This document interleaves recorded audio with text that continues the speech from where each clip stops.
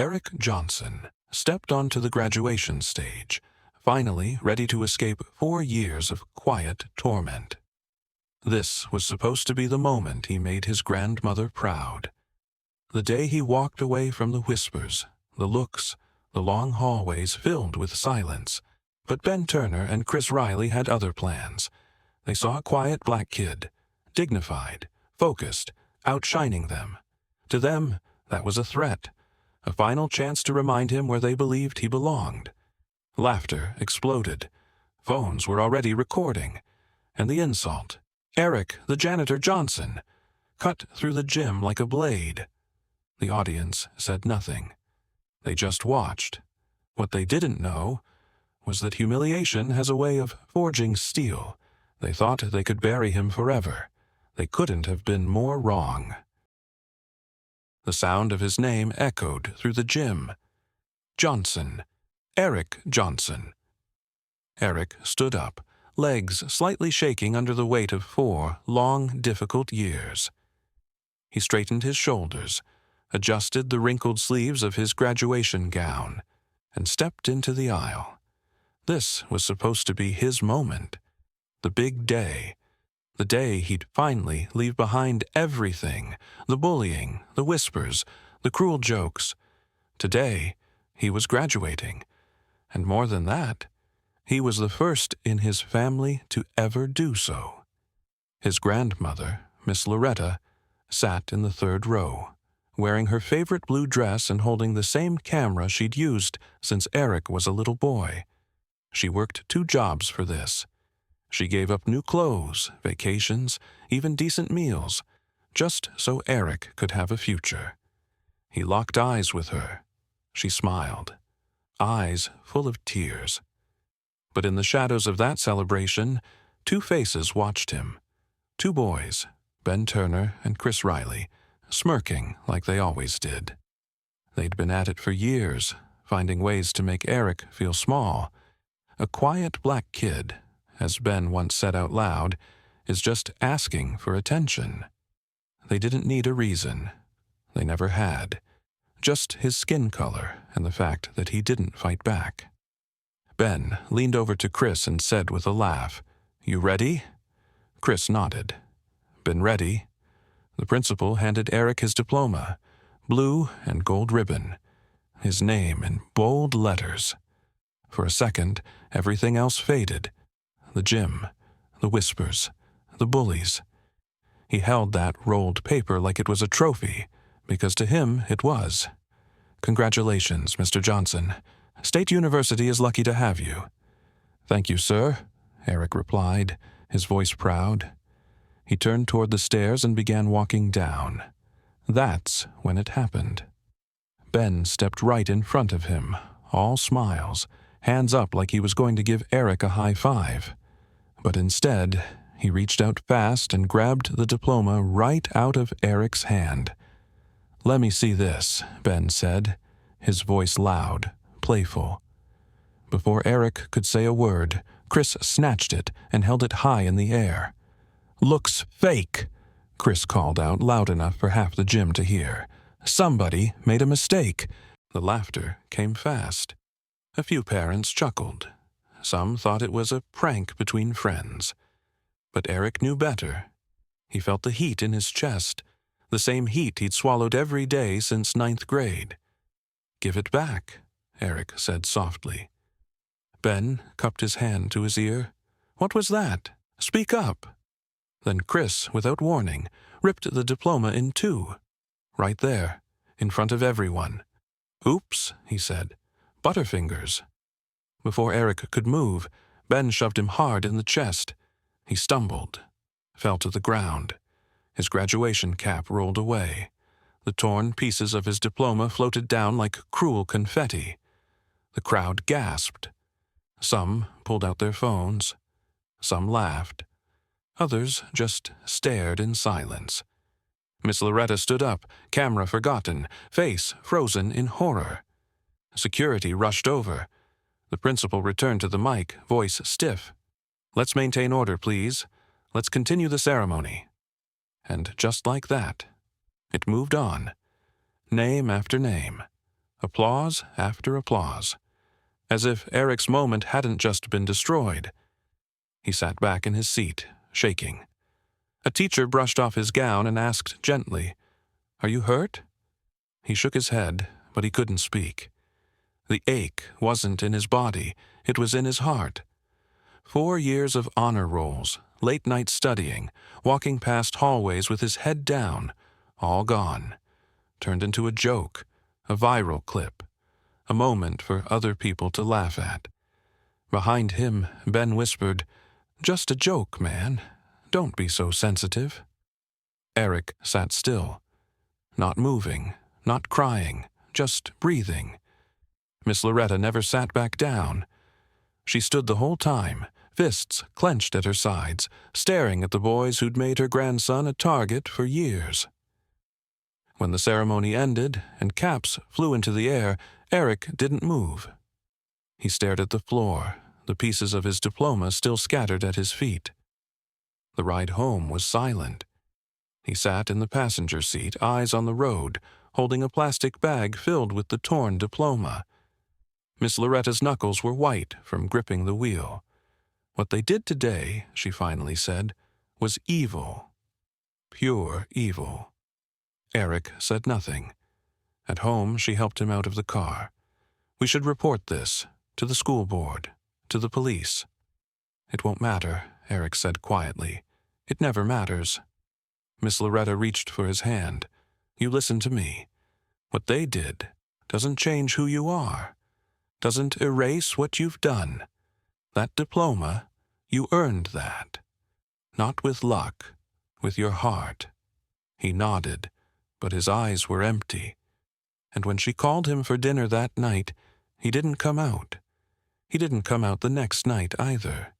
He stayed in his room for days, ignored his phone, deleted his social media, left the acceptance letter from State University unopened on the desk.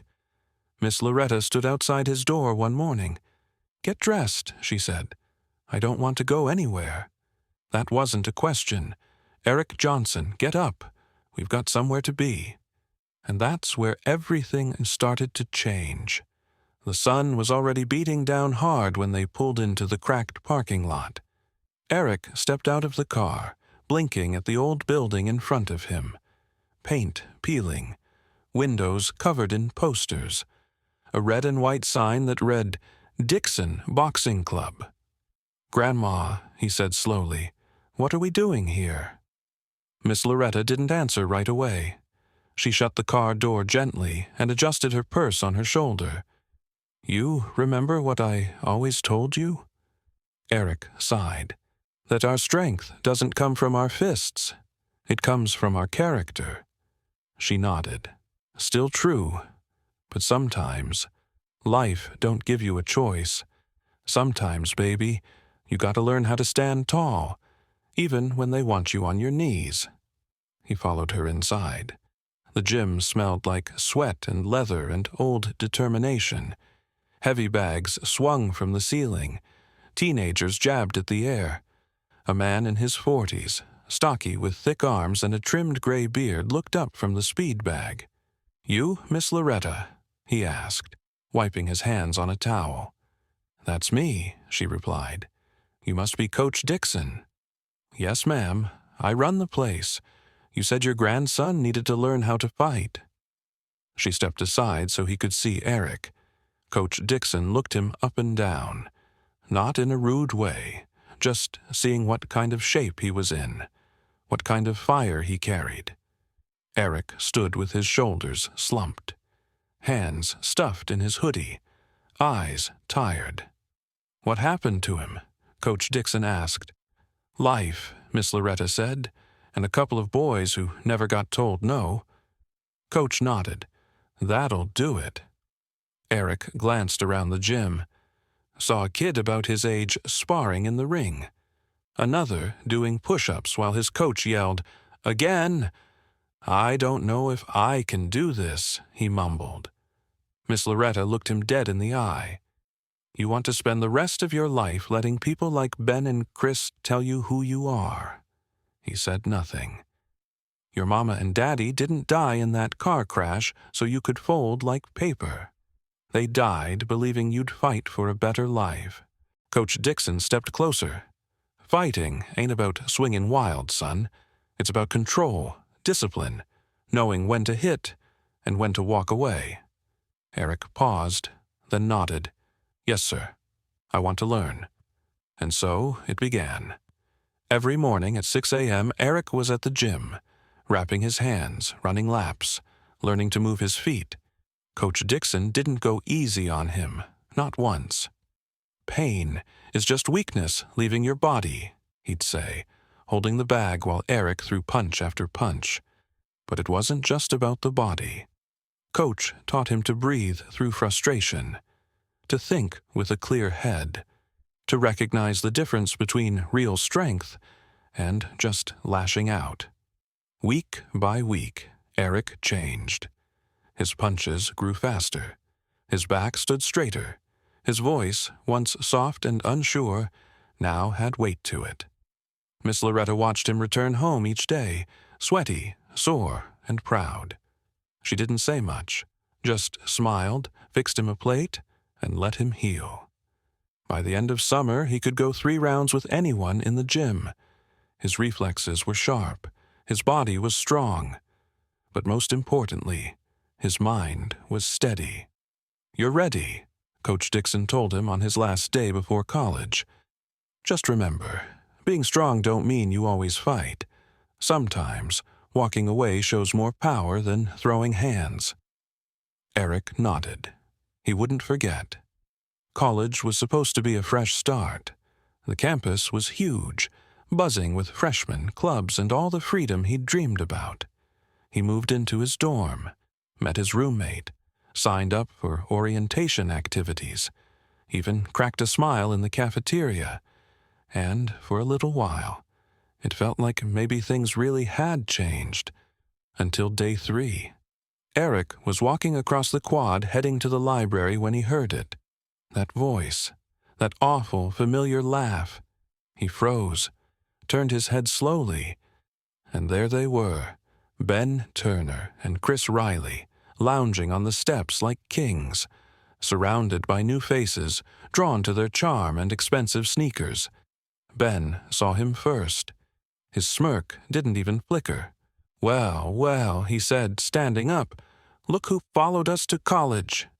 Chris rose beside him. No way. You actually got in? What, you beg for that scholarship? Some of the other students chuckled. A few pulled out phones. Eric's fists clenched for a split second. But then he remembered Coach Dixon's voice. Control. Don't let anger decide for you. He stepped forward, calm, grounded. Just heading to the library, he said, voice steady. Ben looked around. Guys, this is the kid I told you about. From high school. Remember that prank at graduation? A few students nodded. Some gasped. Chris chuckled. You still mad about that? He reached out to shove Eric's shoulder, same way he used to. But this time, Eric's hand shot up and caught his wrist. Grip like steel. Don't touch me, Eric said quietly. Chris's eyes widened. He tried to pull away, but Eric held him for 3 seconds, then let go. Ben raised his eyebrows. Whoa! Look who grew a spine. Eric took a step back. I'm not looking for trouble. Ben leaned in, voice colder now. Trouble has a way of finding people like you, Johnson. Just remember that. As Eric walked away toward the library, he heard Chris whisper, Did you feel his grip? What happened to him over the summer?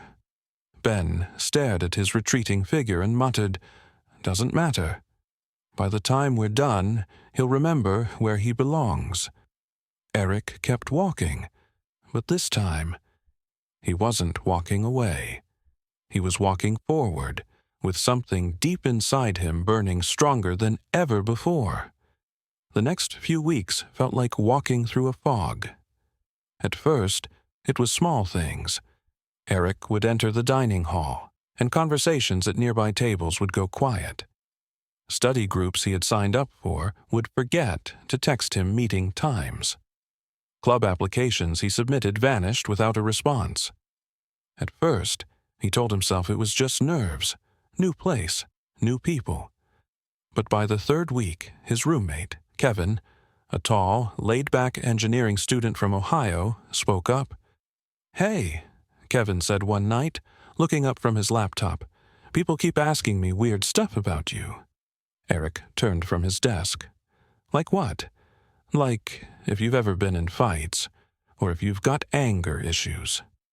Eric's jaw tightened. Kevin noticed. "What should I say?" Eric hesitated, then said quietly, "Tell them the truth." Kevin nodded. "That you're the calmest guy I know. Just thought you should be aware. Someone's talking." Eric didn't need to ask who. He already knew. Ben and Chris. They weren't bullying with fists anymore. They were using whispers, rumors, lies, polished with smiles and charm. He saw it happening again and again. At a student tour he volunteered to lead, Eric was showing a group of parents and high schoolers the library when Chris strolled by with a group of upperclassmen. "Hey, heads up," Chris said loudly. "That's Eric Johnson. Had some incidents at our high school. Just something to keep in mind."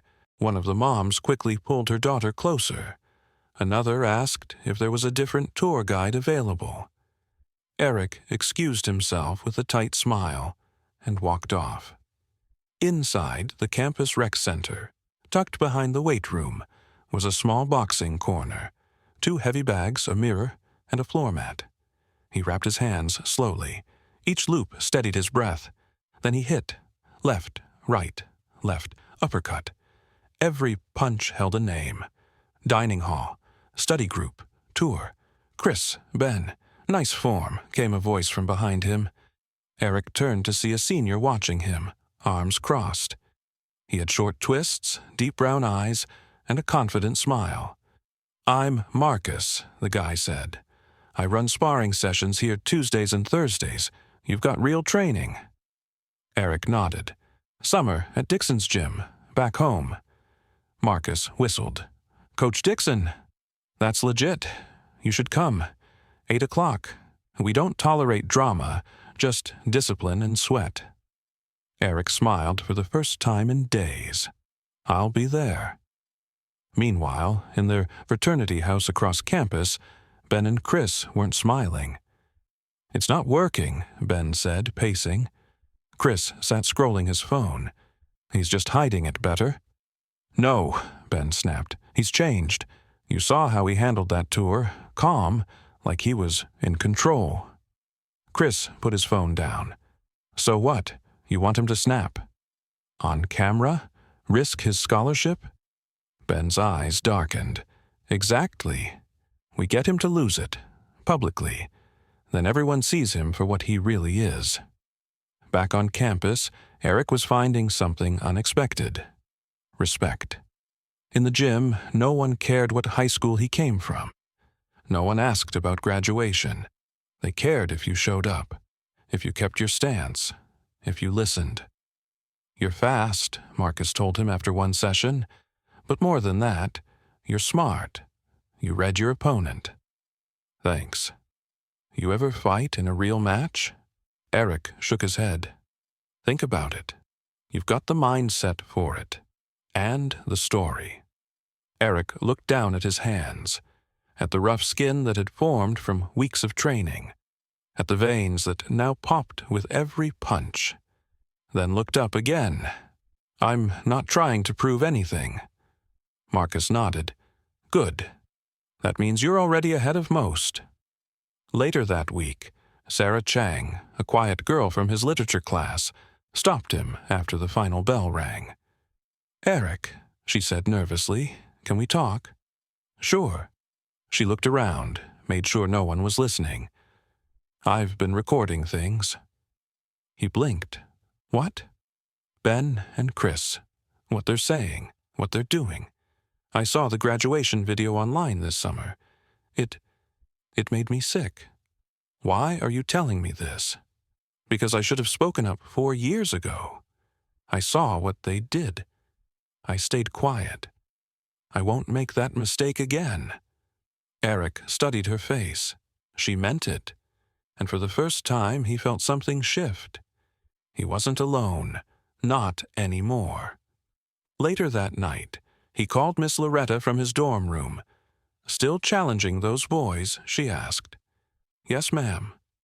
They still trying to turn the world against you? Yes, ma'am. She was quiet for a moment. What does your heart say? To fight. And your head. That fighting proves them right, she sighed. Sometimes, baby, the world doesn't give you clean choices, but you better ask yourself, which consequence can you live with? Eric sat in silence long after the call ended. He didn't have an answer yet, but deep down, he knew one was coming. The air was thick with music and cheap cologne. The monthly Pi Kappa Alpha party was already packed by 10 p.m. Lights flashed. Laughter echoed. Students spilled out onto the lawn holding red cups and posing for photos. Sarah hadn't wanted to come, but her friends begged. Just 1 hour, they said. Then we'll leave. She was heading for the exit when she saw Chris blocking the back door. Sarah, he said, too smooth. Can we talk for a second? She hesitated. Every instinct screamed no. It's about Eric, he added quickly. I think maybe we owe him an apology. She paused. That didn't sound like Chris, not at all. Against her better judgment, she nodded. Okay, 2 minutes. He led her through the kitchen, out the back, past the patio, into the shadows behind the house. And then Ben appeared. His hand covered her mouth before she could scream. Loud enough for Johnson to hear, Ben whispered, We want him to come running. Sarah struggled, eyes wide with terror. Chris pulled out his phone and began texting. Hey, Johnson, you need to get to Pi Kappa Alpha right now. Your girlfriend's in trouble. Back at the rec center, Eric was working the heavy bag. Sweat dripped down his back. Each punch landed with control, not rage. Then his phone buzzed. He read the message. And everything changed. His jaw clenched. His hands froze mid-rap. Marcus saw the shift in his eyes. What's wrong? They have Sarah. Marcus stepped forward. Who does? Ben. Chris. They're at the frat house. Marcus grabbed his arm. Don't go, man. It's a setup. You know it. I know, Eric said. Then call security. Call the cops. By the time they get there, it'll be too late. Marcus looked at him hard. If you go, angry, you'll give them exactly what they want. Eric stopped at the door. He looked over his shoulder. I'm not angry, he said. I'm done. The walk across campus felt different this time. Not fast, not frantic, just steady. With every step, he called up Coach Dixon's words. His breathing slowed. His fists relaxed. His mind sharpened. The music thumped as he arrived. But around the back, it was quiet. He turned the corner and saw them. Ben, still holding Sarah. Chris, phone up, already recording. Both of them smiling like it was already over. Well, well, Ben said, letting Sarah go. Look who came to be the hero. Let her go, Eric said calmly, stepping forward. Oh, he's serious, Chris mocked. About to give us one of his speeches? Or maybe, Ben added, he's going to cry again, like at graduation. Sarah tried to speak, but Ben grabbed her arm. She winced. Eric's jaw tightened, but he stayed still. See this, Chris said, shaking his phone. This is going viral tonight. You're gonna swing, and we'll have it all on tape.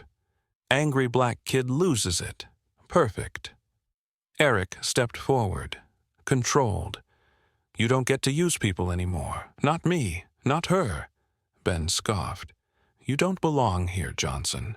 Not at this school, not at this party, not around people like us." "You mean cowards?" Eric asked. "Boys who can't fight unless it's 2-on-1? Ben pushed Sarah aside and came at Eric. "Careful, boy. You're forgetting your place again." That word, boy, landed like a slap. Eric didn't flinch. "You want to know my place?" Ben stopped. "My place," Eric said, "is protecting people who can't protect themselves. My place is standing up to trash like you. My place is knowing I'm worth more than the lies you tell." Ben's lip curled. Big words. He swung, sloppy, fast. Eric slipped the punch, clean, precise. Then, his right cross landed flush. Ben dropped to his knees, coughing blood. Chris stared, frozen. "You're dead," Ben wheezed. "You assaulted me." "Defending myself from 2 guys who lured me here with a fake threat," Eric said, nodding toward Sarah. "Good luck explaining that." Chris swung. Panic, not plan. Eric caught his wrist, stepped in. A sharp knee to the ribs, a left hook to the jaw. Chris crashed into the side of the house. Both boys lay groaning in the dirt.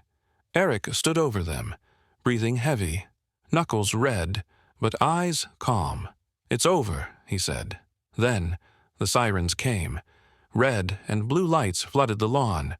Security first, then 2 campus police officers. Ben sat up, smearing blood from his face. "He attacked us. Out of nowhere." Chris raised his phone. "It's all on video. Look." Sarah stepped forward. "They lured me here. They grabbed me. It was a trap." The officer barely looked at her. "Ma'am, step back." He turned to Eric. "Son, put your hands behind your back." Sarah shouted, "Wait! I have proof." But she dropped her phone in the struggle. The screen was shattered. "No video. No witnesses," the officer said. Ben's father pulled up just in time, dressed in a tailored suit. He marched over, voice booming. "My son was assaulted. These boys were brutalized. We're pressing full charges." Chris's mother sobbed on cue. "He could have killed them." As Eric was placed in handcuffs, he looked at Sarah. She was crying now, desperate. "I'll find another way," she called after him. "I swear, don't give up." But inside the police car, Eric felt it. That cold, sharp truth. They'd done it again. They'd set the trap, and this time, it worked. The jail cell was cold. Concrete bench, steel toilet, one flickering light. Eric sat there in silence, bruised knuckles resting on his knees. A middle-aged man snored on the bunk across from him, but Eric barely noticed. All he could think about was how easily it had all collapsed. His phone call with the lawyer earlier had been short. "The video looks bad," the man said flatly. "You're a black kid in a fight with 2 white students from wealthy families. We'll try, but the DA wants to make an example out of you." Eric had just nodded, even though the lawyer couldn't see him. Now he waited, alone, again, until the door buzzed. "Visitor," the guard called. It was Miss Loretta. She sat across from him in the visitation room. No makeup. Her hair pulled back. Her eyes red, but her chin high. "Tell me everything, baby," she said, "from the beginning." And he did. No edits, no softening the truth. When he finished, her expression had changed, from sadness to fury. "They planned this," she said softly. "They planned every part." Eric looked down at his hands. "Doesn't matter. They've got video. Their parents got lawyers. My scholarship's already suspended. The university's talking about expulsion. Everything we worked for." Miss Loretta leaned forward and grabbed his hands. Her grip was firm, fierce. "Nothing's gone," she said. "Not unless we say it is." He wanted to believe her, but all he saw was the inside of that cell. Meanwhile, across town, Ben and Chris were being treated like wounded saints. Ben's father had already hired the best attorney in the state. Chris's mother was setting up an interview with the campus paper about student safety. "We'll make sure that boy never sets foot on campus again," Ben's father said at breakfast. Chris nodded, but something gnawed at him. He remembered the way Eric fought. It wasn't wild, it wasn't angry, it was controlled, like someone who had trained for war. And something else stuck in his mind, the way Sarah had looked at them, that look of disgust. On campus, Sarah wasn't staying quiet. She went straight to the student affairs office, pounding on doors. "He was set up," she said. "They lured him. They threatened me." But no one listened. Not without video. Her phone was dead. The only thing she had was her memory and her guilt. She started asking around. Students who had seen Ben and Chris whispering in the dining hall. People who remembered how study groups shut Eric out. Kids who saw the smirks, the rumors. Some stayed silent, afraid. But one person didn't. Marcus. He met her at the library. "I believe you," he said. "But believing you doesn't fix this. Then we need proof." She pulled out her laptop. "I've been saving backups, notes, even partial audio, anything I can find." Marcus nodded. "I'll help." Across the city, Coach Dixon sat in his old pickup truck, hands on the wheel. He'd driven up the moment he heard what happened. Couldn't visit Eric yet. So he waited and made calls. One of them was to Professor Taylor, a literature teacher at the university. "I've been following the story," the professor said. "Eric's my student, one of the most thoughtful kids I've ever met." "You believe he was set up?" "I know he was." "Then help us," Coach Dixon said. "We need witnesses." "I'll try," the professor said, "but people are scared. That family, they have power." In the jail that night, Eric lay on the hard bench, staring at the ceiling. His mind kept replaying that moment. Chris's phone in his face, Ben's words in his ears. Boy. He closed his eyes. Tomorrow was his court hearing, and unless a miracle happened, he'd lose everything. The courtroom was packed. Parents, reporters, students, faces Eric didn't recognize, and a few he did. Ben and Chris sat at the front, bandages on their faces. Their families flanked them like royalty. Expensive suits, polished shoes, confidence. On the other side sat Miss Loretta, alone. Her hands clenched in her lap, but her eyes never left Eric. He walked in wearing an orange jumpsuit, handcuffed. His face was calm, but inside his heart pounded.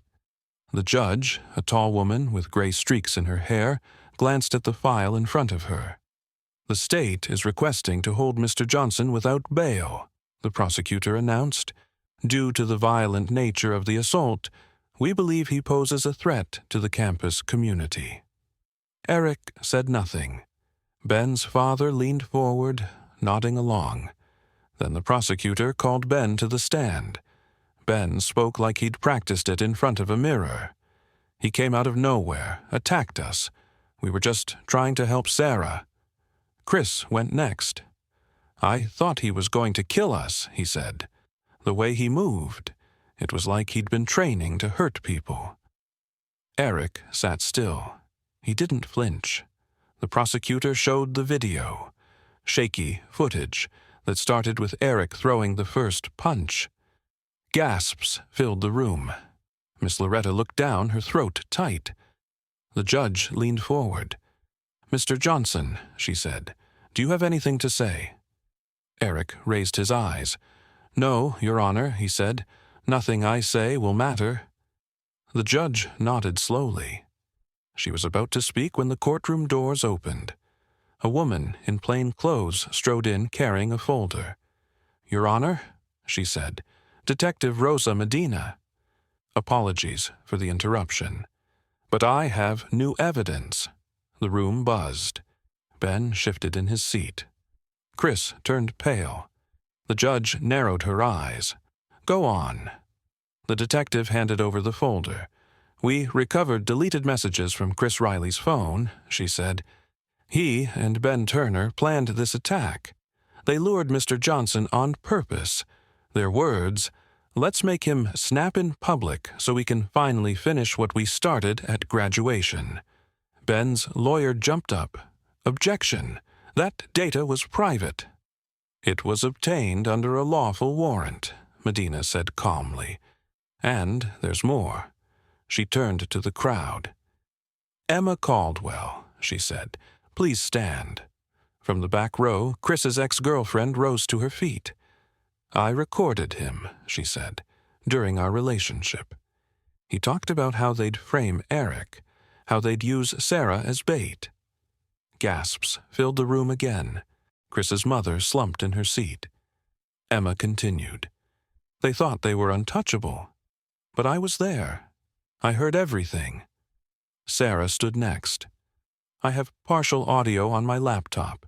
It's not much, but it's enough to prove I didn't invite them, that they used me." Then Marcus stepped forward, and Professor Taylor, and 2 other students who had stayed quiet. Until now. The truth rolled forward like a wave, and finally, it hit. The judge slammed her gavel. "Bail is denied for Mr. Turner and Mr. Riley. Mr. Johnson, charges dismissed. You are free to go." Miss Loretta sobbed. Eric sat frozen, not with fear, but with something he hadn't felt in weeks. Relief. Real, full-bodied relief. Outside the courthouse, cameras flashed. Reporters shouted questions. But Eric didn't answer. He just walked down the steps and into his grandmother's arms. Later that week, the university expelled Ben and Chris. Their names would follow them to every school they applied to. Their scholarships gone. Their reputations ruined. And Eric? He got a phone call. "Mr. Johnson," the voice said, "this is Coach Thompson. We run the university boxing team. I saw how you handled yourself. Calm, focused, in control. That's the kind of man we want. I'd like to offer you a full athletic scholarship. Academic and athletic. Full ride." Eric didn't speak right away. Miss Loretta was in the kitchen, humming as she baked cornbread. The new apartment was quiet. Peaceful. He looked out the window, thought about the kid who fell on stage, the boy who sat in the dirt, surrounded by shredded dreams. That boy was gone. "Thank you, Coach," Eric said. "I'd be honored." 6 months later, he stood in a university boxing ring, his team cheering behind him, a gold medal around his neck. Sarah in the crowd, Marcus by his side. He'd won the regional championship, but more than that. He'd won something bigger. His name, his future, his dignity. The diploma they tried to rip from his hands. It had been replaced by something they couldn't tear. Self-worth. Built punch by punch. Step by step. Not just earned, but owned. Forever.